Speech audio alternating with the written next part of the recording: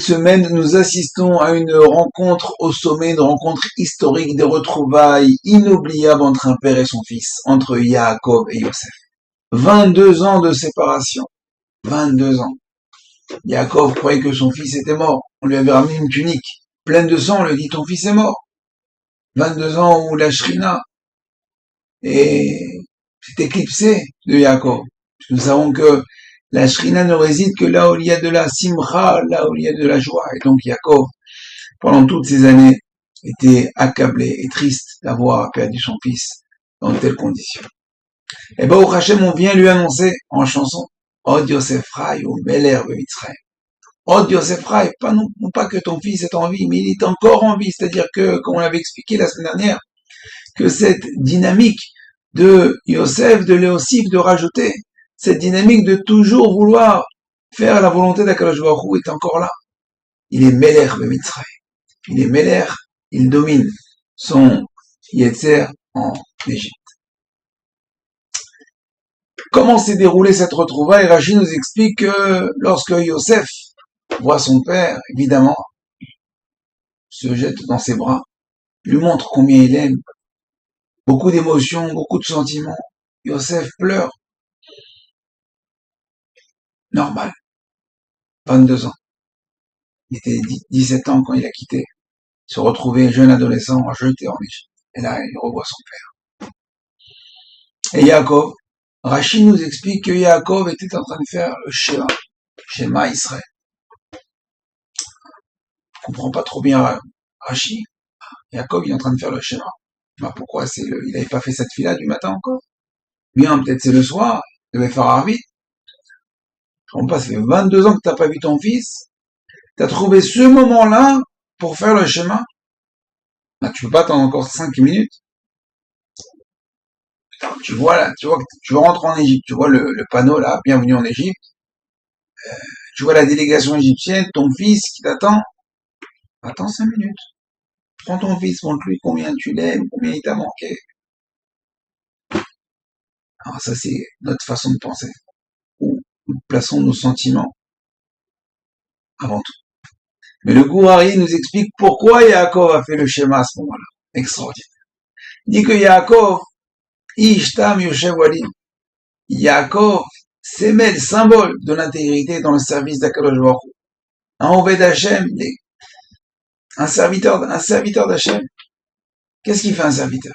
Est-ce qu'il fait les choses pour lui ou pour son maître? Un vrai serviteur, tout pour son maître. Ce qu'il prend, ce qu'il fait, il est complètement mis de bataille, il est complètement annulé. Il fait tout pour son maître. Un serviteur d'Hachem, c'est pareil. Tu dois savoir que tout ce que nous faisons, c'est pas pour nous. On doit être au service d'Hachem. Manger, dormir, courir, prendre des vacances. On le fait pour ce qu'on en a besoin. Mais pourquoi on en a besoin? Pour mieux servir à Kadosh Baruch Hu.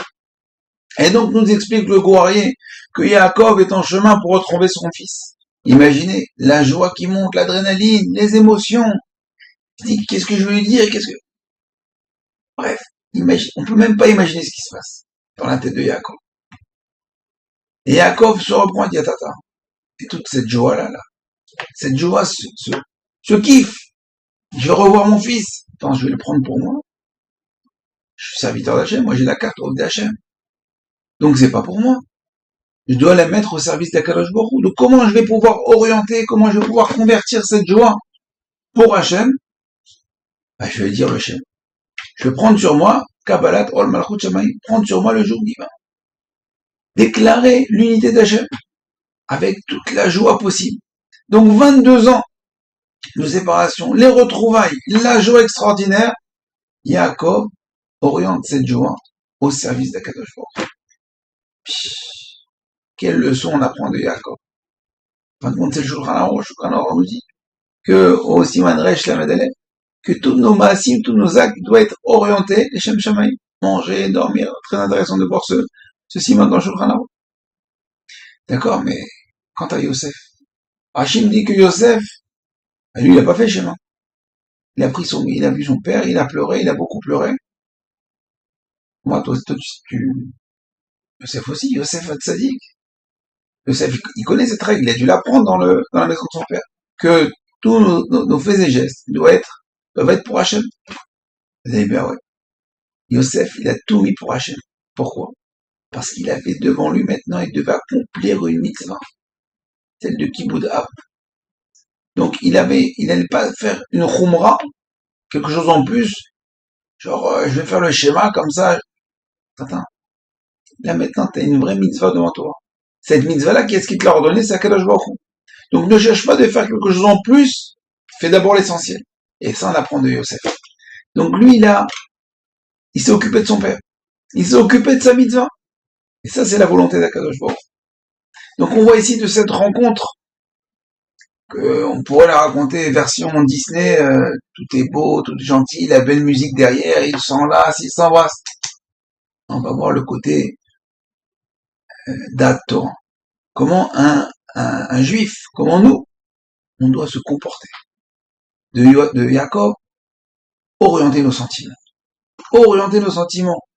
Ce que j'ai, la joie, le sport, les vacances, ce que je dois faire, je le fais. Et sache que c'est pas pour moi. C'est pour le service d'Akadosh Baruch Hu.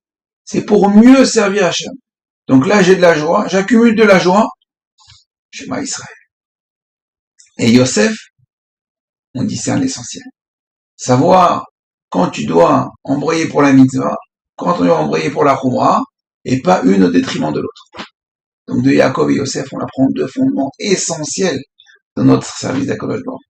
Alors qu'Akadosh Baruch Hu, Bezrat Hashem, il nous donne le mérite de puiser et d'apprendre de nos pères, Yaakov, Yosef, comment on doit servir Hachem au quotidien.